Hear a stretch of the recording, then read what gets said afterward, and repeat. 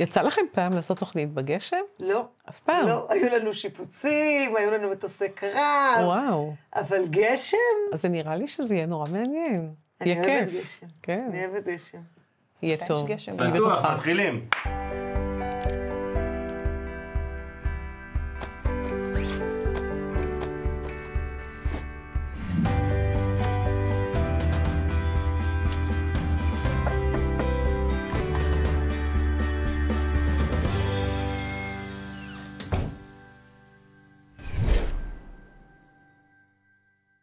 מי שלא הרגישה בחיים של הבדידות, לא תדע להבין על מה אנחנו מדברות בפרק הזה.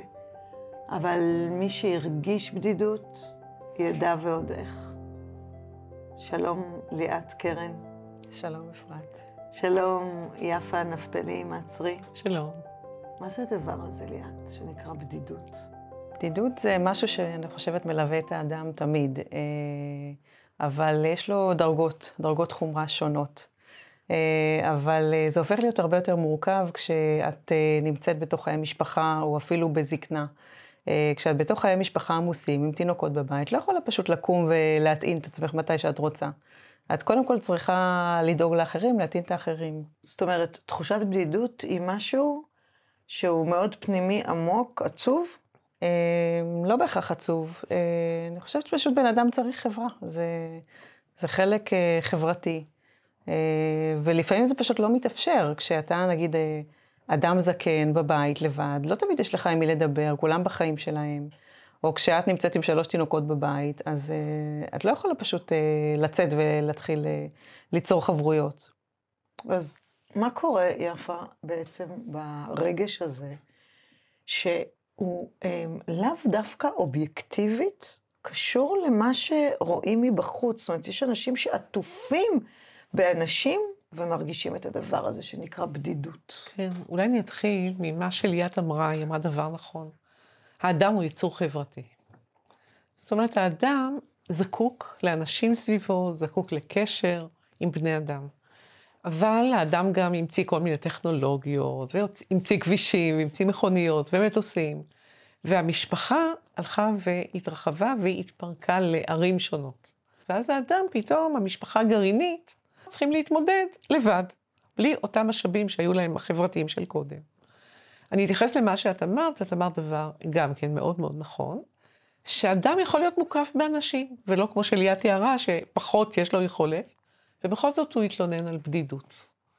עכשיו, כשאדם מגיע לטיפול, הדבר הראשון שמטפל יגיד, מאחורי הבדידות יש בן אדם. בואו נראה מה ההיסטוריה של האדם הזה. באיזה שלב בחיים הוא נמצא. האם הוא נמצא באמת בשלב שהוא עם תינוקות בבית אחרי לידות ואחרי כל הקשיים, או שהוא כבר זקן שיושב לו לבד כי חלילה בן הזוג כבר נפטר, הילדים עזבו את הבית. מה בדיוק בשלב, באיזה שלב של חיים הוא נמצא? והרבה פעמים אם לא מקבלים טיפול או לא מקבלים מענה, הדבר הזה הולך ומתפשט, הולך ונעשה, חלק מהסגנון של האדם. למזלנו יש לנו שיטות שונות, פסיכולוגיות שונות לטפל בשאלות האלה, ואחד הדברים למשל זה CBT. ה-CBT ישאל שאלות, כמו מה הקורץ ביליפס של האדם, איזה אמונות בסיס יש לאדם הזה. כי כשמדובר באדם שמספר שהוא מרגיש בדידות, יש קשר לאמונות קודמות שלו על קונטקט עם אנשים? בדיוק. הייתה לי איזושהי נערה בת 10, שאחת האמונות שאימא שלה החדירה לה לראש, שחברות תמיד ירמו אותה, ישקרו אותה, שלא כדאי לחברות. אימא היא החברה הכי טובה. אז היא לא למדה ולא נחשפה להקשרים חברתיים. הרבה פעמים האמונות האלה מגבילות, הן לא מאפשרות לאדם באמת לנוע לעבר החברה, לשחות בתוך חברה, אוקיי? וזה דבר שמנציח את עצמו עד שהוא מאתגר את אותן אמונות ואותן מחשבות, אוקיי? אני רוצה שנייה שניכנס אל תוך ההבנה של תחושת הבדידות. כי ליאת, את יודעת, לפעמים כשאדם מרגיש משהו בעצמו, אין יותר נכון ממנו, בגלל שהוא חווה את זה על בשרו, כדי לעזור למישהו אחר. מוכרת לך תחושת בדידות? כן, בעיקרון תחושת בדידות היא משהו שהוא, לפחות אותי מלווה תמיד, אבל יש לה דרגות חומרה שונות. שהייתי רווקה לפני שהתחתנתי, אז תמיד יכולתי למלא את הבדידות שלי בכל מיני דרכים. ואז התחתנתי, ונולדו לי בשנה 3 ילדים. ילדה, ואחרי שנה תאומים. ופתאום לא היה לי טוב, אבל הייתי 3 ילדים שצריכים אותי, ולא יכולתי להטעין את עצמי. לכן שם נכנסה תחושת הבדידות מאוד ברמה עמוקה. מזה שאני 24/7 צריכה להיות מפוקסת עליהם, כמה שפה ושם הייתה עזרה, זה לא תמיד היה פשוט למי שבא לעזור, לא כל אחד היה יכול, גם לא בתשלום. אז בגלל זה אני אומרת שלפעמים יש מקרים שאם יש לך איזו שכנה שאת רואה, או חברה שאת יודעת שקשה לך, הנקודת אור שאת יכולה לתת לה זה באמת לבוא, להיות איתה באיזה אחר צהריים, פשוט לא להציע לה, לא לייעץ לה עצות ולא לנקות לה את הבית, פשוט להיות איתה. לשבת איתה על הספה, כן, לפטפט איתה. כן, עם הילדים ברקע, עם הצעקות, עם הבחיות, עם החיתולים. אם אנשים היו מצליחים לעבור את המקום הזה של להתחבר חברתית, המקום הזה הפחות שטחי, היותר עמוק, אז, והיו מאפשרים אחד לשני, זה היה יכול לעזור באמת להרבה אנשים בודדים. זה נורא עצוב, זה נורא עצוב לי לשמוע, וזה דבר נורא עצוב שאנחנו כולנו מנסים, או לפחות מדברים על זה שאנחנו אנשי חסד, וטובים אחד לשני, ועם ישראל אחד וכו', ויש כל כך הרבה פציעות ומלחמה וכאב, ובסוף מסתובבים בתוך עצמנו אנשים, שכל מה שהם צריכים זה עוד אנשים, בלי עניין של טיפול, או בלי עניין של איזשהו נורמטיביים לחלוטין. אני חושבת שליאת תהיינה משהו נורא חשוב, את החוסר אונים שיש בתוך הבדידות. ואת גם אם אני מודע לזה שאני זקוק כרגע לעשות משהו למען עצמי, אני לא יכול. ואז היא מציעה דבר נורא נכון, שמישהו אחר מבחוץ יבוא ויעזור לי. יש יוזמה כזאת עכשיו, אישה צעירה שהקימה חברה קטנה, שתומכת בנשים אחרי לידה. ופתאום יש לה הצפה של פניות לנושא הזה. כי את מאוד מדברת על נשים שהן באמת אחרי לידה, שכדי שלא יתקפו בדיכאון של אחרי לידה, הם צריכים לקבל את המעטפת. את המקום הזה שלא קיים בכל חברה. אבל לפעמים, כמו שאמרתי קודם, יש לנו או את הסכמות שלא נותנות לנו להתחבר, או בעיות שלנו מעבר שלא מאפשרות לנו להתחבר.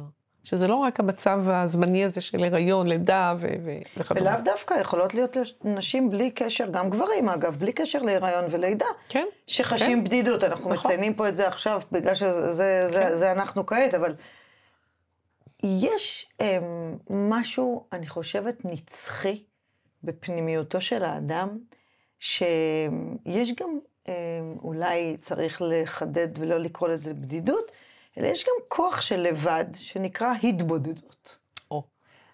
וזה כוח שלפעמים, אולי אם נדבר הפוך, נשים מרגישות לפעמים להפך. תעשו לי טובה, תנו לי שקט, שאף אחד לא יתקשר אליי, שאף אחד לא ידבר אליי, אני רוצה להיות לבד. שם אתה פוגש את עצמך. לפגוש את עצמך זה לא דבר פשוט, וזה לא דבר קל. כי לא תמיד אתה מיודד עם עצמך מספיק. לא מספיק פיתחת את הפנימיות שלך ואת האני שלך, אתה לא מספיק מכיר את עצמך. נכון. אז את צודקת שיש את האנשים היותר מסוגלים או יותר רוצים לתקופות להתבודד, ולקבל את ההערות של עצמם, כי יש להם את עצמם, שזה, כמו שאמרנו, עולם שלם. אני חושבת לעצמי רגע, שנשים נשואות, לפעמים עם המון ילדים, 17, 20, 5, ובן זוג שנמצא שם, גם יכולות להרגיש, למרות שעוטפים אותם המוני אנשים, גם יכולים להרגיש לבד, כמו לא מבינים את מה שהם רוצים, אין להם באמת עם מי לדבר, הם הכל עושות טכני, ואין להם באמת עם מי לחלוק. נתקלת בנשים כאלה? קודם כל, אני גם מטפלת זוגית משפחתית, ואני רוצה להגיד לך שזה כל כך נכון מה שאת אומרת. אם לא בנו, בני הזוג לא בנו את התקשורת לאורך כל החיים, יש להם בדידות אדירה, ובדידות בתוך זוגיות היא בדידות הרבה יותר קשה מהבדידות לבד. בדיוק. כי כאילו יש, אבל אין. כן. זה ידוע בדיחה שמטפל זוגי נותן תרגיל ואומר, כל ערב תשבו 5 דקות, 10 דקות, רק תדברו מה עשינו כל היום, אחד עם השני.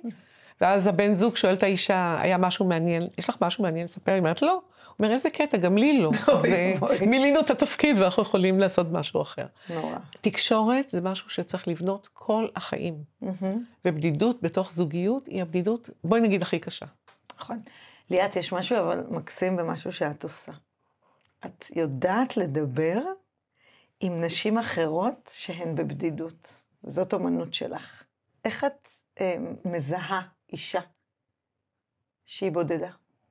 את יכולה לראות אימא עם ילד שהיא כבר עצבנית, היא כבר לא מוצאת את עצמה, רוצה רק לרצות את הילד, רוצה רק שהיום יעבור כמו שצריך, או שבמקרה יותר טוב, אבל גם לאישה הרבה יותר גרוע לפעמים, עם הרבה ילדים שרץ אחריהם, והיא לבד, היא פשוט צריכה מישהו שיהיה איתה, אולי הבעל בעבודה, אולי הבעל עסוק, פשוט מישהי שתהיה איתה.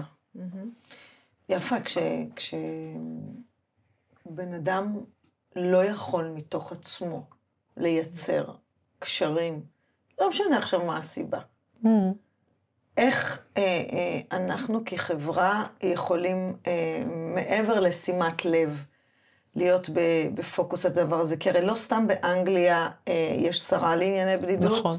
וגם ביפן יש שרה לענייני בדידות, ומחקרים מראים שהגוף ניזוק, הבריאות ניזוקה. הבריאות ניזוקה, לא רק הבריאות הנפשית, אלא גם פיזית לגמרי. הבריאות הפיזית, ועוד מראים אפילו שאנשים שכבר הם נמצאים בתהליך הבראה ממחלות מסוכנות, יבריאו ויגיבו לתרופות הרבה יותר כשהם עטופים בחברה מאשר שהם לבד. זאת אומרת, הגוף, כן, לא טוב היות האדם לבדו. נכון. חז"ל כנראה יודעים מה הם מדברים. נכון. אז קודם כל, אני באמת, עצה חברתית זה לנסות להצטרף לקבוצות. הקבוצה יש לה איזשהו כוח של להרגיש ביחד. אז גם אם אין חברה טובה שמצטרפת, שבאה אליי הביתה, אני אחפש. תלכו ותצטרפו לאנשים אחרים. אני חושבת שאנחנו, כמו שאמרתי קודם, אנחנו ייצור חברתי. והפתרון שלנו הוא חברתי. הוא קודם כל ליצור את המקום הזה. עכשיו, אם אני מאבד קצת ביטחון, ואני מאבד מיומנויות של תקשורת ושל קשר, ואיך אני אבוא לחברה וכל מיני דברים מהסוג הזה, אפשר לעבוד על זה. יש קבוצות היום למיומנויות. אני שומעת אותנו כאן בשיח, ואני מדמיינת לעצמי את האמירה הבאה. נגיד אישה מרגישה בודדה, אוקיי? לא מתבודדת, אלא בודדה. והיא מבינה שרע לה. כמה זה עוד לא חלק מהשיח, והלוואי שיהיה, בטח כשאנחנו לומדים לדבר את הרגשות שלנו החוצה, ולהגיד, כואב לי הלב, כואבת לי הרגל, גוף נפש, להיות במספיק ביטחון, לגשת למישהי ולהגיד לה, תשמעי, אני מרגישה בדידות, אין לי מספיק חברות. אף פעם לא היו לי, או אולי היו לי ואינם. אפשר להיות חברה שלך? ומה יגיב המישהו אחר? זה טאבו או שזה דבר שהוא יכול להיות מקובל? לפי מה שאני נתקלתי, הרבה אנשים יש קושי עם תקשורת כנה ועמוקה. התרגלו בשוטף למשהו שטחי כזה, לא להיכנס פנימה, וכל אחד מראה שהוא חזק והוא שורד והוא לא צריך אף אחד, וזה קשה. אם את מוצאת מישהי שאת מדברת איתה והיא מקבלת את זה, זה דבר מדהים. מדהים. זאת אומרת, גם אם אומרת לך, אני לא יכולה להיות חברה, אבל כן. בואי נטפל. מה זה הקבוצת נשים הזאת שתקמת? קבוצה של חברות? כן, קבוצה של נשים שנמצאות באותו מצב. שכל העניין שלהם בדידות, רוצה חברות. כן, רוצה חברה, כן. זה מדהים. ויש כמובן, כל אחד בסיטואציה שלה יכולה להתאים את עצמה לאחרת, ובאמת ביחד איכשהו להצליח. ויש עוד עניין של הנושא של הזקנה, של כל האנשים שכאילו הילדים גדלו ונכדים וכולם עסוקים בחיים שלהם. ובאמת יש מהמדינה את החוק הסיעוד ששולחים להם עזרה בביטוח לאומי, והרבה פעמים המטפלות האלה יש להם גם תפקיד נורא חשוב, כי לא תמיד הזקן או הזקנה צריכה שיבשלו לה גם כמה הם כבר אוכלים ושנקו לה את הבית וכמה הם כבר מלכלכים, אדם אחד. פשוט שמי שקצת רוצה מעבר לעשות זה לתת הרגשה חמימה, לקחת אותה לכוס קפה בקניון, לשבת איתה, להביא קפה ומאפה ולדבר איתה. פשוט השעתיים האלה. זה ייתן הרבה יותר מלבוא ולנקות הבית ולהכין סיר עם אוכל. יש לי דוגמה נהדרת לזה. יש לי בת דודה שפשוט יזמה איזשהו מיזם כזה, לקחה את הילדים של הבניין, והלכו לשכנה שלהם שהיא ניצולת שואה מבוגרת מאוד. ואמרו לה שהם רוצים לשאול אותה שאלות אם זה אפשרי. והיא קבעה איתם פגישה, והם הביאו איתם עוגות וממתקים, וכל הגילאים היו שם. ונכנסו לאותה אישה שהיא טיפחה את עצמה לכבודם, היא אפילו שמה אודם, והיא פשוט סיפרה להם דברים שהיא לא סיפרה לבני המשפחה שלה. והם ישבו נפעמים, והבדודה הזאת שעשתה ויזמה את זה, היא אומרת לי, מאותו הרגע רק רואים אותה במדרגות, במעלית, כולם רצים אליה. פתאום יש איזו אהבה, יש חיבה, יש אכפתיות, והיא פורחת. וזה כל כך נכון, לראות מי נמצא סביבך, מי לידך. הלוואי שמי שרואה יגיד יותר שלום יפה במעלית. כן, מספיק שלום ומה שלומך, כן? זה המון. אבל מה קרה לנו? מה נהיינו? אני חושבת שקודם כל גם הקורונה, יש המון השפעות עדיין של הקורונה. כי בקורונה נאלצנו להתבודד, נאלצנו פתאום לאבד מיומנויות, לאבד קשרים, למדנו להיות לבד גם יותר. דבר שני זה הפסון, אנשים לא בדיוק יבואו ויגידו, תשמעי, אני כל כך צריכה את העזרה שלך, אולי תזמיני אותי לכוס קפה. כי איך זה ייראה? כן? לא כולנו מטפלים ונקבל את זה מאוד מאוד יפה. וגם המסכים, הטלפונים, אדם עסוק עם המסך. יפה, נכון. כשאני רואה איזה אבא יושב עם הילד שלו והוא במסך, כן. אני אומרת, מה הילד לומד עכשיו? איפה? אנשים באוטובוס בעבודה, כל אחד עם עצמו. לגמרי. אז אפילו מבט של עין שפעם היה לנו בקלות יתרה, נלקח מאיתנו. לגמרי. וכל הרשתות החברתיות וכל החברויות שיש שם, תחליף, כן? לא? תראי, זה עדיף מכלום?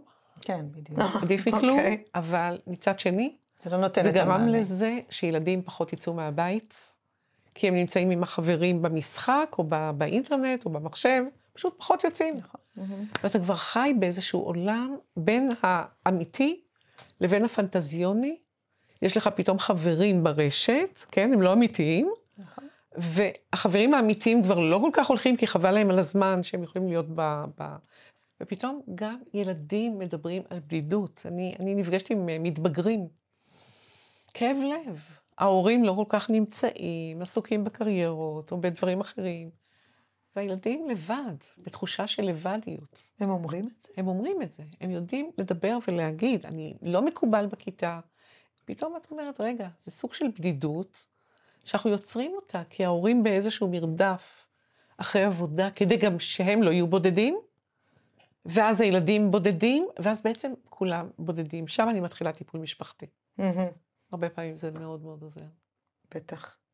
ליאת, יש רגע שבו אפשר להסתכל על בדידות רטרוספקטיבית אחורה, הייתי בודדה? פתאום נהיו לי מלא חברות, או אפילו יש כאלה שיגידו, מספיקה לי חברה אחת. השמחה שממלאה את הביחד הזה, זה משהו מה קורה שם בפנימיות שלנו, שאנחנו רוצות לומר, רגע, אני פתאום לא לבד, אני הולכת על איזושהי אופטימיות פה רגע, פתאום לא לבד. מישהי פה קודם נתנה לי עצה, שהיא הייתה באותו מצב, והיא פשוט, כל אחד כאילו איכשהו מתחבר, היא התפללה הרבה וביקשה. פשוט ביקשה, כתבה לעצמה מה היא רוצה, אני רוצה להכיר חברות, קשה לי פה לבד, אני רוצה למצוא וזה, ובאמת היא אומרת שאחרי שהיא הרבה ביקשה, היא קיבלה את זה. אז זה משהו שכנראה אפשרי. וכן, זה מרגישה הצלחה אחרי שאת מתאמצת הרבה, לצאת ממצב לא טוב. את מרגישה הצלחה אחרי שאת כאילו מוצאת את מה שרצית, ומרגישה מלאה. את יודעת, אני מתרגשת כי אתמול הרציתי איפשהו ודיברנו על תפילה. זאת אומרת פה תפילה לחברה. הקדוש ברוך הוא, עזור לי שתהיה לי חברה. אז סיפרתי חוויות שם מביתה של הרבנית קניבסקי, עליה שלום, ואז פתאום אחת מאוד התרגשה והצביעה והיא אמרה, עכשיו רק הבנתי מה זה שכשהרבנית הייתה אומרת למישהי שהייתה באה אליה, תתפללי על זה. ואז היא אומרת לה, לא, את תתפללי על זה, שהרבנית היא גדולה וזה.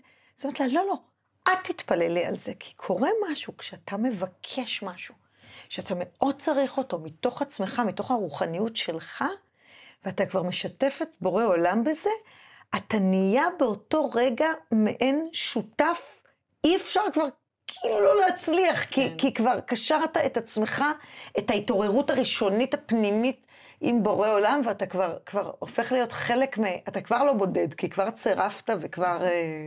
מה עם האמירה המפורסמת הזאת? יהודי אף פעם לא לבד. נכשלנו בה?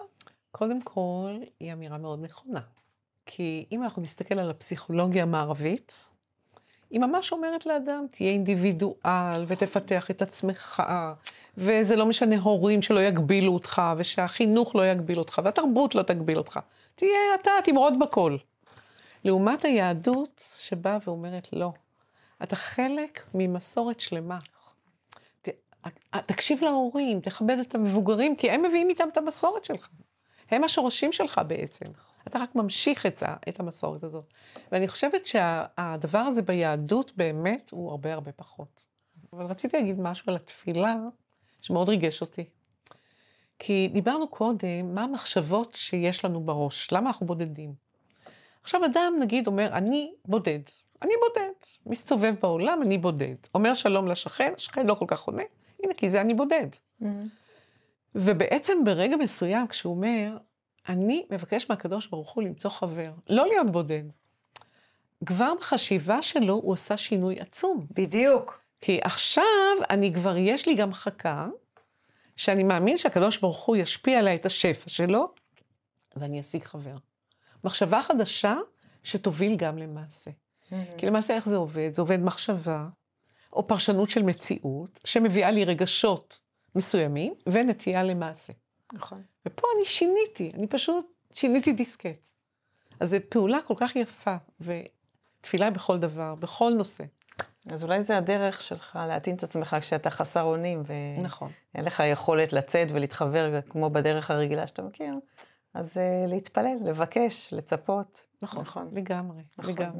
עכשיו, אני רוצה שניגע בעוד נקודה, כי דיברנו הרבה על הבדידות, וזה אכן פרק על בדידות, אבל יש עוד תופעה של אנשים שהם חיה חברתית, מה שנקרא, שהם בשניות מתחברים עם אחרים, ושיש להם תמיד מיליון אנשים באנשי קשר, והם מיד יכולים ליצור. אבל אני שומעת לפעמים שגם ההתנהלות המאוד אקסטרווגנטית חברית הזאת, היא גם מסתירה בתוכה איזשהו פחד להיות לבד. כן. זה בדיוק המקום של, אני הייתי קוראת לזה הגנות מניות.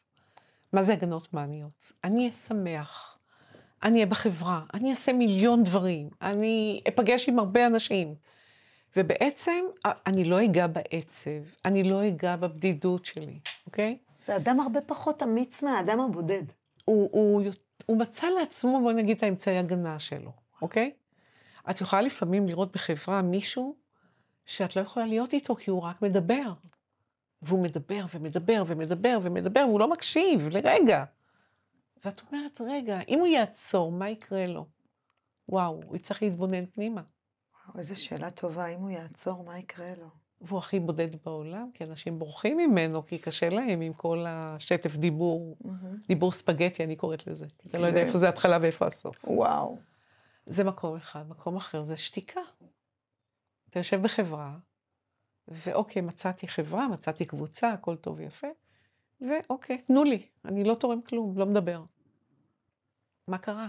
הייתה לי בחורה שיצאה לשידוכים, וכל שידוך נגמר זהו, לא התקשר יותר. וכשעשינו משחק תפקידים, מה את עושה בתוך הפגישה? אז היא בעיקר עונה על שאלות, והולכת הביתה. כמו באיזה רעיון עבודה. היא לא מספרת על עצמה. היא לא מספרת כלום, היא לא שואלת כלום. היא מספרת מה שהוא שואל. יש לך אחיות? כן. כמה אחיות? 2. מה את עושה? אני עובדת בזה וזה. נגמר התחקיר, והבחור הלך הביתה. וכשהיא ישבה ועשינו את המשחק תפקידים הזה, את הרולפליי הזה, היא פתאום הבינה. ובשידוך הבא שהיא יצאה, היא התחתנה. היום יש לה ילד. ברוך השם. אז זה גם יוצר בדידות, התקשורת. אנחנו צריכים לעבוד המון המון על תקשורת נכונה, חיובית. כי בסופו של דבר, האדם, כמו שאומר ספר הזוהר, הוא נפש ממללה. אם לא נדבר, איך ניצור קשר? ושם אנחנו צריכים המון המון עבודה עצמית ובעזרת אחרים. אז זה גם מבחוץ וגם פנימה מתוכנו. לגמרי. מה לגבי השאלה המאוד קשורה לבדידות? האם אדם צריך חבר אחד טוב, או כמה חברים, או שזה אולי כל כך תלוי אופי? את רואה את זה כבר בגיל ההתבגרות? ילדה שיש לה מלא חברות, או 4 חברות, וילדה שיש לה את החברה שלה מהגן, הם תמיד ביחד, ורק ביחד. זה נורא תלוי אופי. מאוד מאוד תלוי אופי. את פוגשת את זה גם? כן, אצלי זה יותר במקום שאני צריכה כל מיני. יש חברות שאני אוהבת לצאת איתן, יש חברות שאני אוהבת יותר לדבר איתן בשיחות עומק, אז זה נורא תלוי באמת אופי. אם אתה יותר רבגוני ועמוק, אז אתה צריך כל מיני.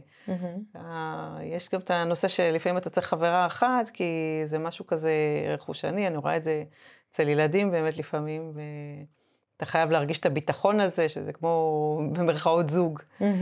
אז זה באמת נורא תלוי אופי, זה לפעמים באמת כמות ואיכות, צריך לעשות את האיזון ביניהם.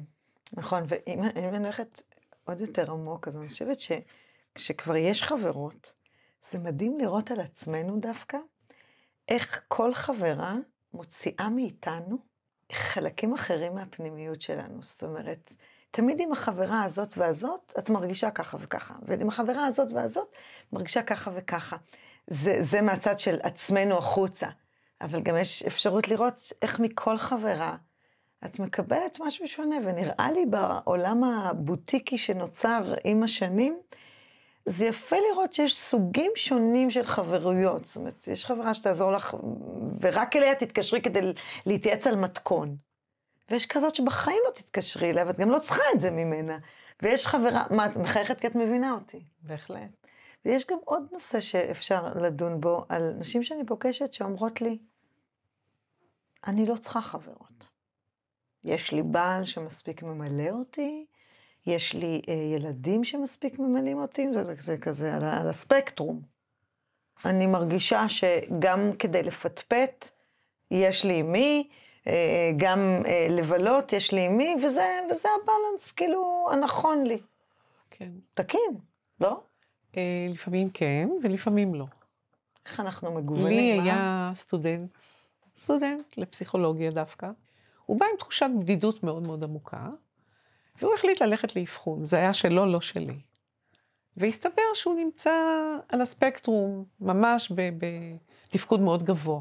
מה שאומר שהבדידות, שהוא גם קצת היה בתוכה, מתוך בחירה, יש לה סיבה אורגנית. וזה גרם לו פתאום למשהו אחר. א', לקבל את עצמו, זה המון עבודה של לקבל את עצמך, ולקבל את הצדדים האלה של הלבדיות הזאת, שהיא מעשירה אותך בדרך שלה, אוקיי? נכון. אז זה נורא נורא תלוי, זה מאוד מאוד תלוי. אנשים אומרים שאי אפשר ליצור כל יצירה, אם אתה לא לבד. שרק בתוך הלבד הזה, שלפעמים באמת נגיעה בעומקים של עצמנו, לא יוכל לצאת ממך רעיון חדש. מי שכתבה שיר מאוד יפה על זה, שכל זוגיות מוחקת לי שיר. נהדר. שזה ממש ממש יפה. נהדר, נהדר. כן, תראי, מה שאת גם תיארת קודם, זאת זוגיות שאני הייתי קוראת לה סימביוטית. שאין רווח בין בני הזוג, הם הכל עושים ביחד, הם שותפים באותו משרד, כל אחד עובד משהו אחר, הם עם הילדים, הם עם הנכדים, הם יוצאים תמיד ביחד, הולכים ביחד. מה קורה כשחלילה חס וחלילה, כן, אחד מבני הזוג חולה או לא יכול, כמה בדידות יש אצל בן הזוג השני. דבר שני, מה זה מגביל אותך? אני מדמה את זה ללשחות בים או בבריכה, כשאתה מחזיק יד למישהו. האם אפשר? כי גם בתוך הזוגיות הכי טובה, צריך להיות איזשהו מרווח, שמאפשר את המקום. אם את יודעת מי זה עמנואל לוינס, בטח. אז הוא אמר, באחד הספרים שלו, שאני אחראי לאחרות של בן הזוג שלי. יפה. על השמירה הזאת שלה. בדיוק. כי גם בן הזוג שלי, הוא לא שלוחה שלי, הוא חייב להתפתח לעצמו.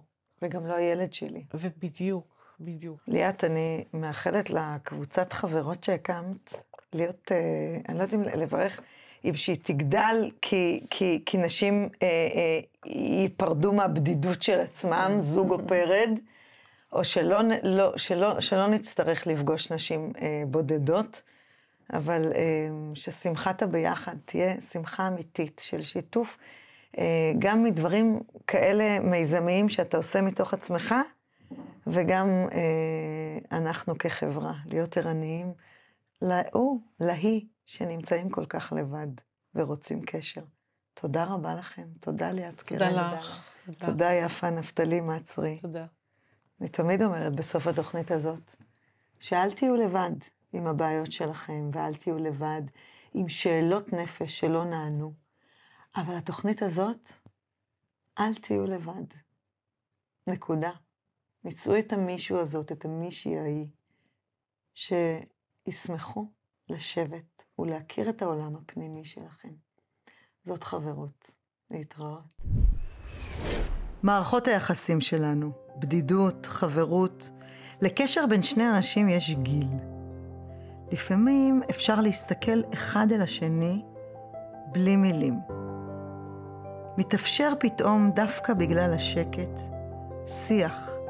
שיח חדש, והוא מקשיב והיא מקשיבה, ופתאום יורדת לה דמעה, וגם לא, אחת משלו. זהו רגע של שלום, כי דוד המלך ידע, כי את קולטת ברגעים האלה כמה ענווה היא לא עוד מילה, מה היא מאפשרת. תן בי ענווה והיא תנצח.